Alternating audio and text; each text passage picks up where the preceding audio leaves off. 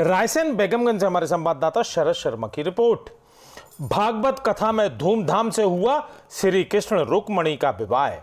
पंडित श्री लखन जी महाराज ने कहा है, रुक्मणी भगवान की माया के समान थी। रुक्मणी के मन ने ही मन यह निश्चय कर लिया था कि भगवान श्री कृष्ण ही मेरे लिए योग्य पति हैं।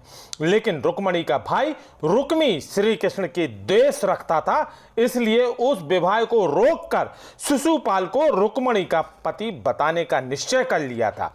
रुक्मणी के दुख हुआ और उन्होंने एक विश्वास पात्र ब्राह्मण को भगवान श्री कृष्ण के पास भेज दिया। साथ ही पत्र में पूरी बात भगवान के समक्ष प्रस्तुत कर दी। इसके बाद श्री कृष्ण जी विदर्भ के पास जा पहुंचे। उधर रुक्मणी जी का शिशुपाल के साथ विवाह की तैयारी हो रही थी, परंतु रुक्मणी की प्रार्थना का असर हुआ और श्री कृष्ण का विवाह रुक्मणी के साथ हुआ। कथा सुनने आए सैकड़ों श्रद्धालुओं ने भगवान श्री कृष्ण व रुक्मणी जी की झांकी के दर्शन किए। कथा में सैकड़ों श्रद्धालुओं की भीड़ थी। भगवान श्री कृष्ण रुक्मणी के द्वारका ले जाए, साथ में विधिवत विवाह किया।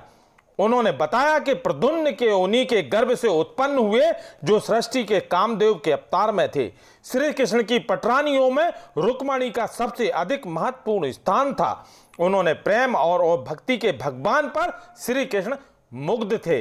उन्होंने प्रेम और उसकी कथाएं और बहुत ही प्रेरक हैं। इस दौरान कथा में सम्मिलित लोगों ने भगवान श्री कृष्ण रुक्मणी जी के विवाह के उपरांत भेंट कर आशीर्वाद प्राप्त किया। रायसेन बेगमगंज से हमारे संवाददाता शरद शर्मा की रिपोर्ट।